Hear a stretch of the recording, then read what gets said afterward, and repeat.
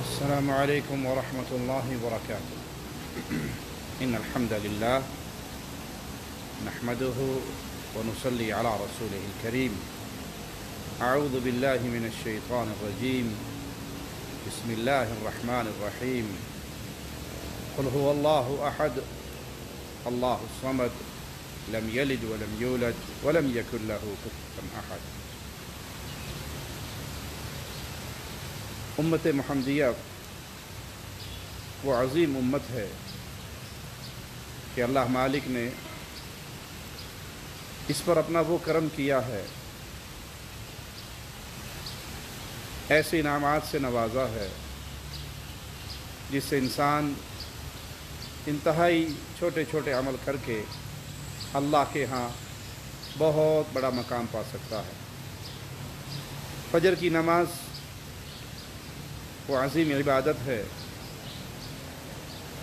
اہل ایمان کے لیے وہ عظیم خوشخبری کا پیغام لے کر آتی ہے کہ رسول اللہ صلی اللہ علیہ وسلم فرماتے ہیں جو شخص فجر کی نماز جماعت سے پڑھ لیتا ہے وہ اللہ کی حفاظت میں آ جاتا ہے، مالک کے ذمے ہو جاتا ہے۔ فجر کی نماز پڑھنے کے بعد انسان اپنی نماز ہی کی جگہ پہ بیٹھا رہے اور اللہ کا ذکر کرتا رہے۔ جتنی دیر تک وہ بیٹھ کے اللہ کا ذکر کرے گا اتنی دیر تک اللہ کے فرشتے اللہ کے اس بندے کے لیے مغفرت کی اور رحمت کی دعا کرتے رہیں گے۔ جتنی دیر تک اللہ کا ذکر کرے یہاں تک کہ سورج طلوع ہو جائے اور پھر اسے جو اللہ توفیق دے یہ وہ رکھتے اللہ کے لیے پڑھ لے تو گویا اس نے وہ عظیم ثواب پا لیا، وہ اجر پا لیا جو انسان کو عمرہ کرنے کے بعد نصیب ہوتا ہے۔ بہت سے مسلمان ہیں جو اس عظیم عبادت سے محروم ہیں۔ فجر کی نماز جماعت سے نصیب نہیں ہوتی، نمازوں کے بعد بیٹھ کے اللہ کا ذکر کرنا نصیب نہیں ہوتا۔ اللہ کے ایک ولی سے کسی نے سوال کیا کہ برکت کیا ہے، ذرا مجھے برکت سمجھا دیجئے۔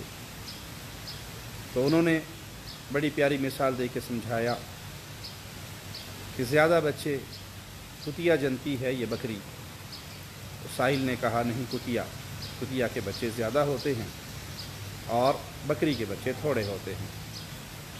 کہا سبحان اللہ، اگر تم دیکھو تو تمہیں زیادہ بکریاں نظر آتی ہیں یا کتے نظر آتے ہیں؟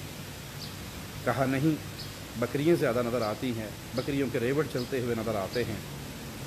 انہوں نے کہا حالانکہ بکریاں ذبح بھی ہوتی ہیں، قربان بھی کی جاتی ہیں، اس کے باوجود زیادہ بکریاں نظر آتی ہیں، تو یہی برکت ہے۔ پھر بکریوں کا ایک عمل بیان کیا اللہ کے اس نیک بندے نے کہ بکریاں فجر کے وقت اٹھ جاتی ہیں، صبح سویرے اٹھ جاتی ہیں اور رزق کی تلاش میں چرنے کے لیے چل پڑتی ہیں، سارا دن چلتی ہیں، اپنا رزق تلاش کرتی ہیں، کھانا کھاتی ہیں، گھاس کھاتی ہیں اور مغرب سے پہلے اپنے گھر کو لوٹ آتی ہیں۔ سورج ڈوبتے ہی یہ جانور آرام کے لیے، سونے کے لیے اپنی جگہ پہ آ جاتا ہے اور پھر فجر سے پہلے اللہ کا ذکر کرتے ہوئے اللہ کی یاد میں یہ جانور اٹھ جاتا ہے، کیونکہ ہر ذی روح اللہ کا ذکر کرتی ہے اور ہم ان کی تسبیحات کو نہیں سمجھتے۔ اس کے مقابل اگر کتوں کو دیکھا جائے تو یہ ساری رات جاگتے ہیں، ساری رات بھونکتے ہیں، سڑکوں پہ پھرتے ہیں اور جو ہی فجر ہونے کا وقت قریب ہوتا ہے تو کتوں پر بے ہوشی طاری ہو جاتی ہے، یہ سو جاتے ہیں اور سارا دن سڑکوں پہ گلیوں میں ان کو انسان سوتے ہوئے دیکھتا ہے، منہ پر مکھیاں بیٹھی ہوئی ہیں اور یہ سو رہے ہیں۔ تو کہا یہی فرق ہے جو تمہیں برکت کا معنی سمجھا دے، باوجود کہ کتوں کی تعداد زیادہ ہے لیکن وہ برکت سے محروم کیوں؟ ساری رات جاگتے ہیں، فجر سے پہلے سو جاتے ہیں، صبح کا یہ پیارا وقت جو برکتوں کے نزول کا وقت ہے اس سے وہ محروم رہتے ہیں۔ اور بکریاں فطرت کے مطابق چلتی ہیں، رات کو سوتی ہیں اور صبح کے وقت بیدار ہو جاتی ہیں۔ تو پیارے بھائی، آج اگر ہم اپنے حالات پہ غور کریں تو ہمیں کچھ ایسا ہی نظر آتا ہے۔ الا من رحم ربی، ہماری نوجوان نسل رات ساری موبائل پر، فیس بک پر، ٹویٹر پر، نیٹ پر مصروف نظر آتی ہے، اور صبح سے پہلے، فجر ہونے سے آدھا گھنٹہ 1 گھنٹہ پہلے یا 2 گھنٹے پہلے ان پہ نیند طاری ہو جاتی ہے، اور پھر یہ صبح 10-11 بجے تک سوتے رہتے ہیں۔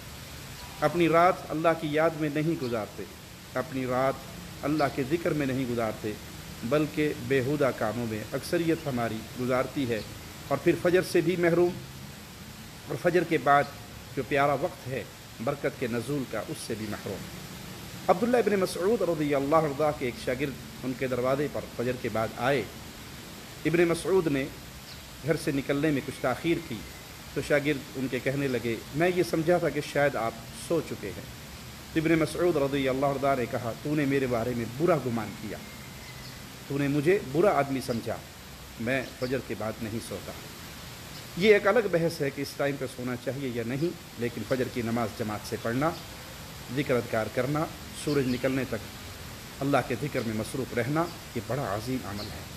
یہ زندگی بڑی مختصر ہے، بہت جلدی ختم ہو جانے والی ہے، اور اللہ نے اہل ایمان کے لیے بہت پیاری جنت تیار کی ہے۔